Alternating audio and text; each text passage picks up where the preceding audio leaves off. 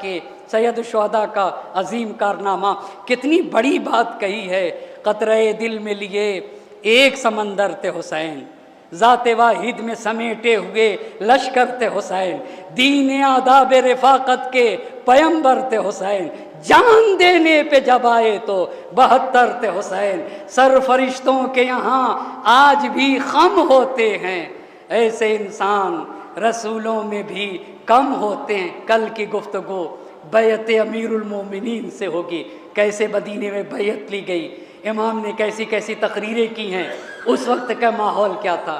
کربلا ایک کتاب ہے، اس کتاب کے دیباچے کو مسلم ابن عقیل کہا جاتا ہے۔ حسین نے یزید کی بیعت سے انکار کر دیا، مکے میں آ گئے، کوفیوں کے خط پہنچنے لگے، اور خط میں یہ تھا کہ ہمارا کوئی امام نہیں ہے، آپ آ جائیے، شاید آپ کی وجہ سے ہم حق پہ جمع ہو جائیں۔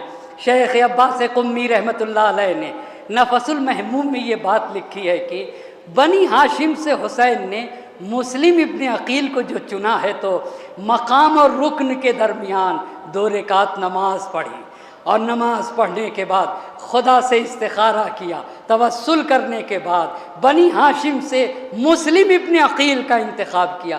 یہ کسی حاکم کا انتخاب نہ تھا، یہ کسی بادشاہ کا انتخاب نہ تھا، یہ ایک امام معصوم کا انتخاب تھا، یہ خود مسلم ابن عقیل کی فضیلت کے لیے کافی ہے۔ اور جب مسلم ابن عقیل کا انتخاب کیا اور بھیجا تو کہا قد باسط الیکم اخی وابن عمی وثقتی مسلم ابن عقیل۔ بنی ہاشم میں مسلم ابن عقیل فقیہ کو کہا جاتا ہے، میں تمہارے پاس اپنے بھائی کو بھیج رہا ہوں، اپنے چچا کے بیٹے کو بھیج رہا ہوں، جس پہ امام معصوم اعتماد کرے اسے مسلم ابن عقیل کہا جاتا ہے۔ مقتل نے لکھا ہے کہ جب مسلم ابن عقیل حسین کے پاس سے چلے تو ایک مرتبہ جھکے، اتنا جھکے کہ اپنا سر حسین کے قدموں پہ رکھ دیا۔ پوچھنے والوں نے پوچھا مسلم حسین کے قدموں پہ اپنا سر اقدس کیوں رکھا؟ مسلم ابن عقیل نے قدم مبارک سید الشہداء کا بوسہ دیا۔ اب میری حسین سے ملاقات نہ ہوگی، میری حسین سے ملاقات نہ ہوگی۔ قدم امام حسین چوم کے چلے، اچھا کوفے میں چلے گئے، خوب استقبال ہوا، ہزاروں لوگوں نے مسلم ابن عقیل کے ہاتھوں پہ بیعت کر لی۔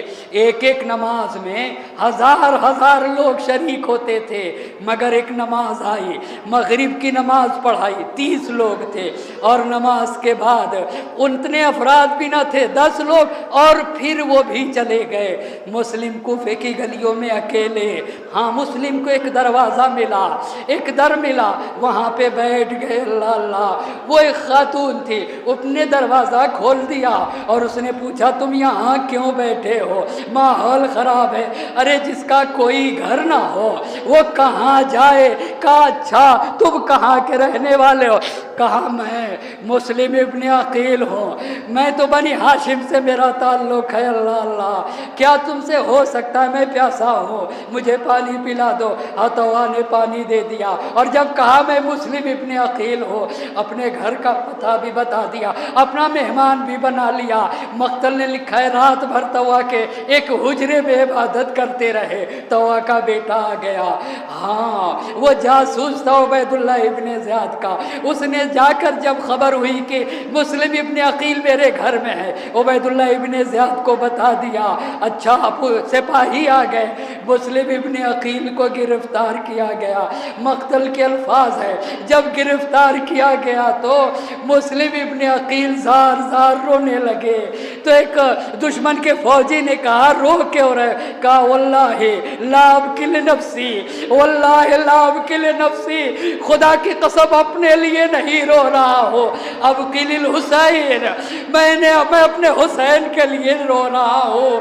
میرے آقا سے کہہ دو کوفہ نہ آئیں گے، میرے ساتھ لوگوں نے مجھے، اہل کوفہ نے مجھے دھوکہ دے دیا۔ اجرکم اللہ، گرفتار کیا گیا۔ گرفتار کرنے کے بعد مسلم ابن عقیل کو دارالعمارہ لے جایا گیا۔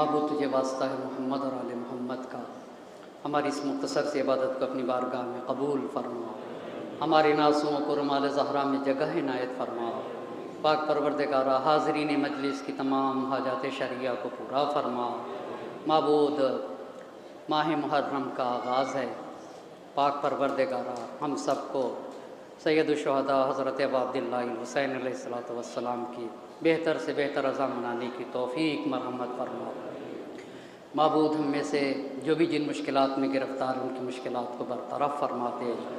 پاک پروردگارہ پرچم اسلام کو سربلند فرما۔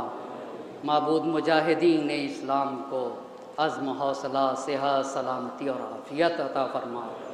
پاک پروردگارہ جمہوریہ اسلامیہ ایران کی حفاظت فرما۔